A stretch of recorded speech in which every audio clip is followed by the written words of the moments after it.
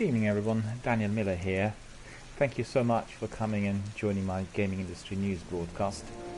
We've had lots of interesting development taking place over the weekend, and there are some news related to V-Rally 4, Fallout 76, Final Fantasy 14, God of War, Cliff Bleszinski, and Devil May Cry.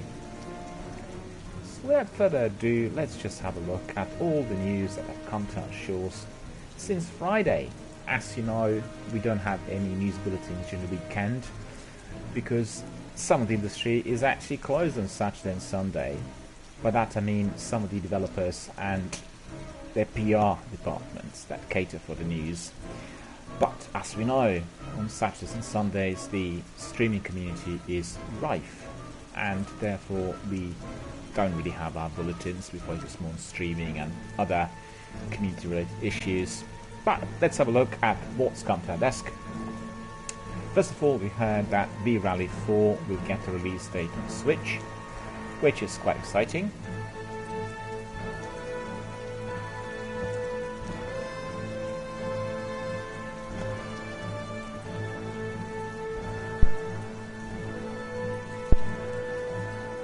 On December the 13th, with the US version following on February the 5th of 2019.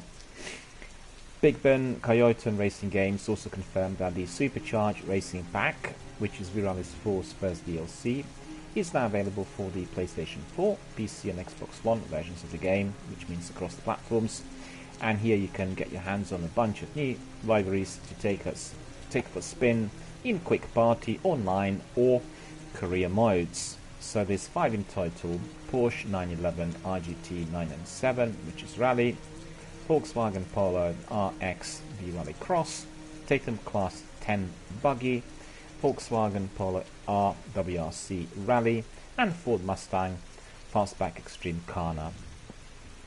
Back in the late 90s, V-Rally was a pretty big franchise, although after long hiatus, this latest entry failed to recapture the same magic from 20 years ago. But nevertheless, we are still quite excited to hear that this new DLC has been released. We've heard about teenage genius Nico, who had been revealed for Dead or Alive 6. So we've heard that the Lightning Technomancer will join the fray, and the Dead or Alive 6 developer Team Ninja has lifted the veil on Nico, the game's second all-original character. Nico is also known as the Lightning Technomancer, and despite being just a teenager, wields a deadly martial art known as Pensak Silat, hailing from Southeast Asia. She also happens to be a genius scientist, having been entrusted with the MIST or MIST development project. Born and raised in Finland, Nico's game of fisticuffs involves basically using her fingers and her electroshock gloves, and is fast on her feet thanks to the use of EMF rings. In addition to Nico, the studio also confirmed that Kokoro, the half-sister of Helena, is joining Dead or Alive 6 roster and packing a painful combination of elbow and palm thrusts. She has also some lethal throws under her belt as well. Finally, professional wrestler Lisa Hamilton, who is also known as La Mariposa, is making a comeback despite rumours of her retirement at the conclusion of the previous tournament. As you all know, Dead or Alive 6 is due for release on PlayStation 4, PC and Xbox One on February the 19th of 2019. Well, we've heard that Fallout 76 had a massive reception throughout this week. Everybody is presently playing this wonderful open world game, and Bethesda has rolled out a meaty patch for the PlayStation 4 and Xbox One versions of Fallout 76, weighing in at around 48 gigabytes respectively. The post-apocalyptic online RPG is somewhat hard drive unfriendly, and as you could see that it is a massive game and it takes up more than 50 gigabytes on its own as it is, and then you have all these big patches coming as well. So add this patch into the mix and you're basically downloading the equivalent of an entire game all over again.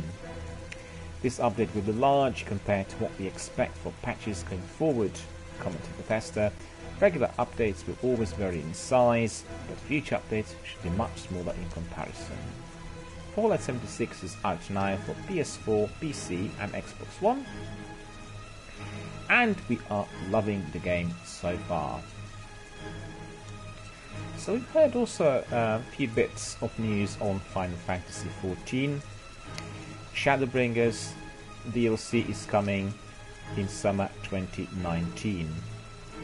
So Final Fantasy XIV's third expansion, Shadowbringers, will launch in summer of 2019, Square Enix has announced.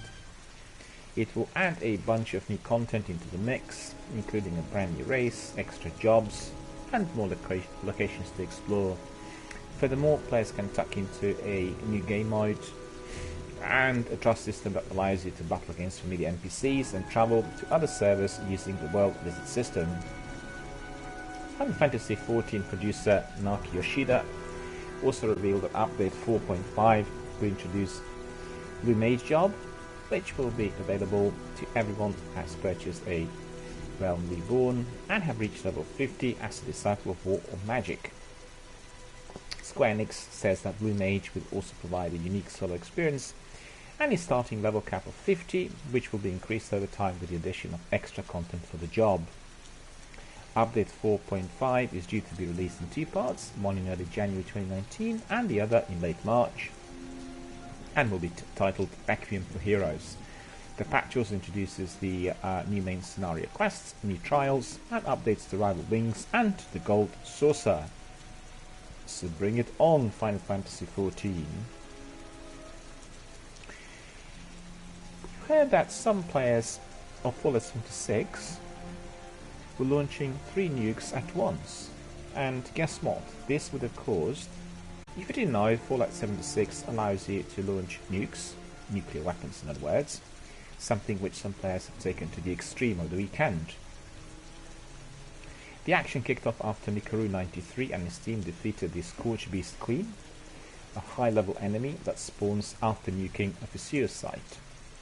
They drop rare loot and must be defeated within a set time limit. So what would happen if you were to launch more than one nuclear weapon? Would it spawn an even deadlier foe to battle?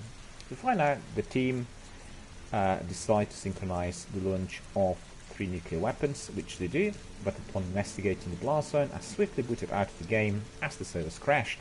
Apparently 3 nukes are just simply too hot to handle for Bethesda's online RPG, so a lot for them to work on, I think. If you want to see what happened, just go to www.videogamer.com. There's quite a lengthy report on this and some videos as well. So there is a section there called Fallout 76 servers crash after players launch 3 nukes at once, and definitely have a look at it. God of War is cleaning up at Golden Joystick Awards 2018. Hidetaka Miyazaki takes home a Lifetime Achievement Gung. So Sony Santa Monica's God of War walked home with 4 gongs at Friday's Golden Joystick Awards of 2018. The critically acclaimed Daddy 'em Up won Best Storytelling, Best Visual Design, Best Audio, and Best PlayStation Game. To top it all off, its developer took home the award for Studio of the Year. All in all, Sony had a wonderful night. Maybe unsurprising given its popularity, Fortnite from Epic Games bagged the Ultimate Game of the Year award. Meanwhile, Red Dead Redemption 2 took home the Gong for Critics' Choice, and Hidetaka Miyazaki, best known for his work on the Souls franchise, was honored with the Lifetime Achievement Award.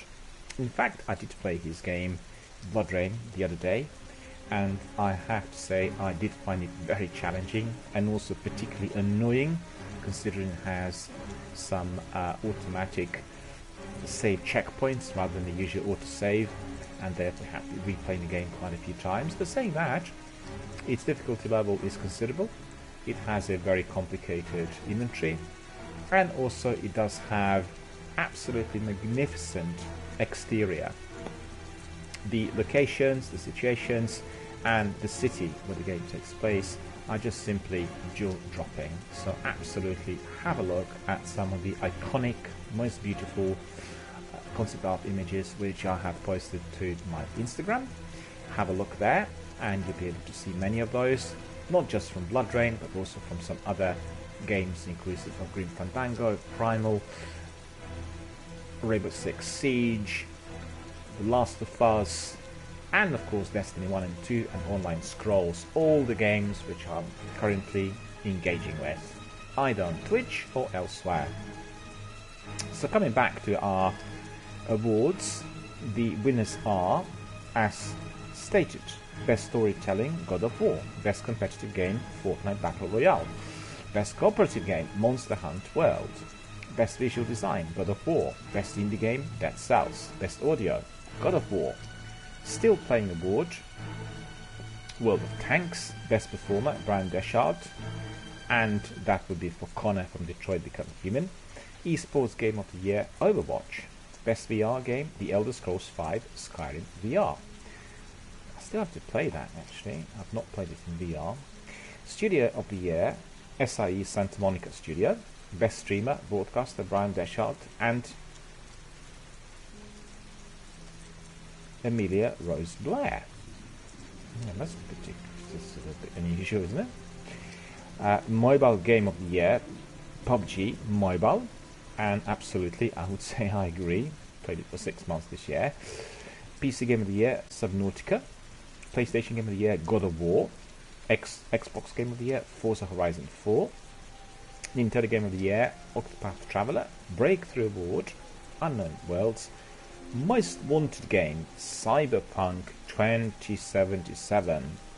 Critics' Choice Award, Red Dead Redemption 2. Lifetime Achievement, Hidetaka Miyazaki. Outstanding Contribution, Xbox Adaptive Controller.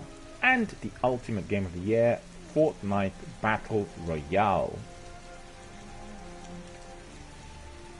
So we have another bit of news on our Cliff Bleszinski. As you know, he was involved with the Gears of War trilogy, and also the other game called Lawbreakers, and he has had somewhat fiery Twitter exchanges recently with certain people, and now he's a former Epic Games developer. He revealed that he'll never make another video game, which is quite a statement, and he dropped a comment during an exchange with a fan, or so-called fan on Twitter, who was basically critical of Gears of War lead designer for failing to refund players who spend money on Lawbreakers. And this prompted a response from Bleszinski, who confirmed his departure from game development during the tweet. Lawbreakers was developed by Bleszinski, now defunct Bosky Productions, although it failed to attract a significant player base, leading to it shutting down just a year later. And in fact, there are some other gaming news portals that have been in contact with Mr. Bleszinski, and basically he have confirmed that he will no longer be involved in any form of development of future video games, which would come as his own project. Well, I mean, this is perhaps his viewpoint at the moment, but for all of us that played Gears of War for many years, this is a wonderful game. It's really very close to its graphic novel offshoot. It has all those qualities of these graphic novels we loved over the years, and we love that world of Marcus Phoenix and company. So thumbs up, and I would say I certainly want to see Cliff making more games and developing, future franchises of those titles. I absolutely loved the original, and I remember buying the special edition of Gears of War, which also had a documentary. It was Gears of War 2, in fact, which had a lengthy documentary on the making of series, and that was very, very interesting, ending with Bill Gates attending the original promotional event and then asking Cliff and the company on its shipping date. So it was all really very funny and entertaining, and indeed thoroughly enjoyable for us all. I really certainly hope that this is not the final word from Mr. Bleszinski. What we've heard from Phil Spencer last week was that Xbox team is working on the new console, and basically they are also considering a new Xbox One S without disk drive. So Tarot, which is also an online portal, really indicated that Microsoft is planning on releasing a new version of the Xbox One S that will not feature this drive. And the article claimed that the new console will be released in spring 2019 and priced under $200. Furthermore, consumers will be able to trade in their... This is not surprising, considering that Mr. Spencer said, I think during his appearance at the Xbox conference in Mexico City, that they are certainly considering everything digital, and the focus is digital for any future consoles to be released. So that's probably tying in with some of their ideas and operation policy. We're absolutely excited to see this, and we're wondering whether the process is going to be faster, whether the entire functionality of that new console, Xbox S, will be focused on digital streaming and digital downloads, which is obviously the future of the industry. And absolutely, and in all, we are looking forward to its release date. So while it's not based on the Xbox One X, the new model will feature 4K and HDR color support, and due to it not featuring a disk drive, it will save heavily on production costs, because as you know, the disk drives are extremely expensive to produce. So Microsoft is moving forward very carefully with this product, as it knows that a sizable portion of its users do prefer to buy physical games and not download them. Nothing's been announced by Microsoft at this point, so take this with a pinch of salt until we hear otherwise. Well, I would not agree with that statement. I would say this is quite a serious development, and if we are to believe some of the bosses of Microsoft and certain things they said recently, I think the statement is very, very likely. Whether this is going to be the console, namely the Xbox One S or any other, is obviously open for discussion, but it is certainly going to be materializing, and perhaps the next big console to come out of Xbox Factory indeed will be just focused on digital content and streaming, which is, I guess, to a degree, welcome by Saul. We want machines with top-notch processors enabling the fastest possible downloads, and also the fastest, best quality 4K graphics on display. I have to say that I've had a lengthy discussion today with PlayStation staff, technical support, and I complained about the length of the download that is frequently present through the PS network. For the games exceeding 30 or 40 gigs, it takes hours, to get them fully installed and downloaded on your hard drive. So one wonders what the reasons are, whether it's the overcrowding of the usage of the PS network, or whether there are some other hidden factors in there. Hard to tell. There's always an excuse somewhere, but I think the future of the industry will be rapidly progressing in this direction of very, very fast processors and much faster downloads, because as you could imagine, for the Twitch streamers in particular, the people who are introducing various things emerging on the net, or particularly in the field of digital downloads, any form of significant delay is just completely unacceptable for the viewers and for the market overall. So, watch this space. Let's see what the news are going to tell us. But I think the focus is going to be on those machines without physical disk drives, and also with much faster processors. The last bit of news we have today is on Devil May Cry, and we have heard that the animated series of the franchise has been confirmed. Adi Shankar did confirm that he's working on an animated series based on his hugely popular Capcom's franchise called Devil May Cry. It's previously rumored that Shankar was working on Legend of Zelda TV show, having said he was teaming up with popular Japanese game developer on a new project.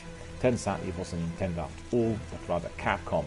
Speaking with IGN, Shankar revealed that he acquired these rights, so hopefully nobody's gonna mess it up.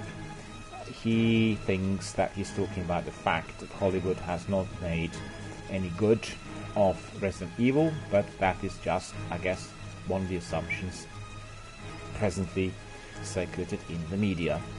Interestingly, Devil May Cry will join Castlevania in what we and I calling the bootleg multiverse.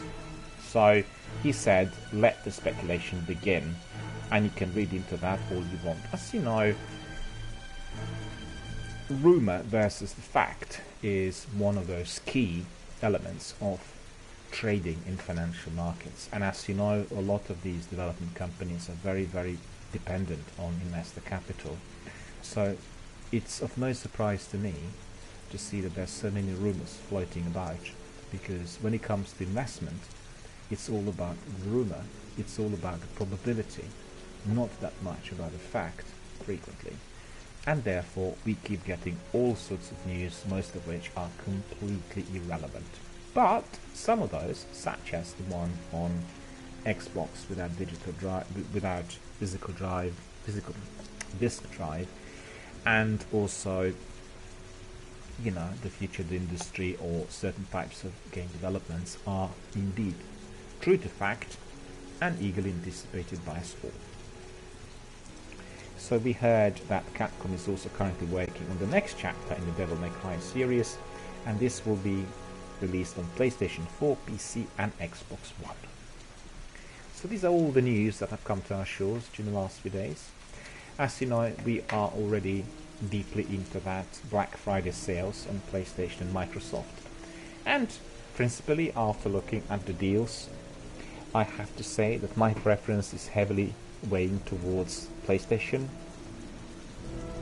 If we were to compare the prices, some of the discounts offered on Microsoft products, namely Xbox One games through their website, are perhaps not offered on such great discounts. You have Call of Duty Black Ops 10% off, coming to $53.99, 5% off on Red Dead Redemption 2 Special Edition, $75.99. You have FIFA 19 offered on $35.99, 40% off, so that's not too bad. Assassin's Creed Odyssey, the Ultimate Edition with everything included, $89.99, 25% off. Our favorite game, Destiny 2 Forsaken, the Legendary Collection, is offered on $41.99, 30% off. Shadow of the Tomb Raider, $35.99. And then we have Days, which is game preview, $37.99. We have Rainbow Siege Advanced Edition, that is the Tom Clancy's game that was offered free of charge during this weekend. And that is offered on a good significant discount of 60% off, and the price is of $24. Well, compared to PlayStation version, which is presently offered on £9.49, I simply cannot resist the PlayStation offer. £9.49 versus $24. Well, you can obviously make up your own mind, but I know that this is the advanced edition, but still the price difference seems to be fairly significant. No Man's Sky on Xbox or through the Microsoft Store will cost you $44.99. Middle Earth Shadow of War, the Definitive Edition, $29.99, so that's 50% off. That's quite significant, that's quite a good price as well. And then we have the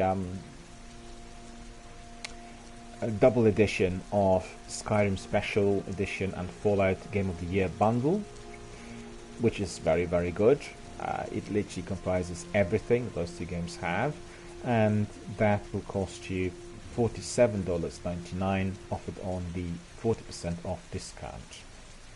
Far Cry 5 Gold Edition, $53.99. And then we have some other games such as Forza Horizon 4, which is obviously very popular at the moment, $38.99, 35% off. Overwatch Legendary Edition, $24. PUBG offered on the discounted price, 30% off, $20.99. Sea of Thieves, $29.99, which is 50% off. Monster Hunter World, $29.99. The Witcher 3 Wild Hunt Complete Edition, $25. Well, that's very good, considering that otherwise you'd pay $50. So that is 50% off. State of Decay 2, $19.49. Evil Within 2, $19.80. The cheapest game I've come across so far is 1979 Revolution Black Friday, $8.39. And the list goes on and on. Let's have a quick look at our PlayStation offers as well. As you know, they already started on Friday. We are having more than a week to have a look at them, purchase some of our favorite titles. And for instance, I have spotted Tomb Raider Underworld offered on a price offered on discount of 78%. We have Warframe PS4 Renown Pack 13, which is an add-on, £5.35. Just Cause 2, the Ultimate Edition, is offered on a staggering price of £2.49. So absolutely hurry to PlayStation Store and buy it straight away. You will never get it cheaper than that. It's 90% discount. Batman Arkham Origins Blackgate Deluxe Edition, £6.49. Very good price as well. Resistance Burning Skies, £5.79. Sleeping Dogs Digital Edition, full game, only £2.49. It's very, very low price. Absolutely terrific offer. I have to say that when looking at the offers, PlayStation seems to be providing many more, which are more appealing on more or less consistent basis. With Microsoft, they're somewhat more expensive. But then if you're looking at Game Pass, the Microsoft streaming service versus PlayStation Now, which is obviously provided by PlayStation, I'm more inclined towards Game Pass, with many more titles and quite a few games offered on with the download facility, which makes a big difference if you're obviously a serious gamer, and particularly if you're a streamer. So you know, you've got a bit of a kind of tit for tat and a lot of competition between the two companies, and I think it's always the best to take whatever appears to be most appealing from either of these worlds, or I should say from both of these worlds, and then you can have the very best of everything. But unless you are obviously having a lot of revenue, then usually you swing towards one or the other. Terra Starter Pack Deluxe is offered on the price of £5.99. Tomb Raider Digital Edition offered on the price of £2.49. Diablo 3 Rise of Necromancer, £6.49. Grand Theft Auto San Andreas, which is the full game, £3.99. Hitman Trilogy, which is a fantastic offer, on £3.99. Assassin's Creed 3 Liberation, £6.49. Killzone Mercenary, £5.99. Defiance 2050 Starter Class Pack, the bundle, costs you £7.99. God of War Ascension Ultimate Edition, £5.79. And the list goes on and on. I'll end just with the last one. Max Payne 3, a great game, originally released on PS3, offered on the price of $3.99, which is basically 75% discount on the regular price. So my dear friends, these were the news, and these are some of the best special offers currently available through the Black Friday sales on PS4 and on Xbox. Hope you enjoyed our bulletin. Hope you will be finding some of those titles of interest, and indeed offered on a very good price. Do hurry, because the offers will not last for too long. In addition to all of my announcements, there's just one more thing to remember. If you are a Destiny fan, Destiny 2 is still available today through Blizzard to be downloaded for your PC for free. So do hurry and do download it, and you keep it on your PC in addition to your console.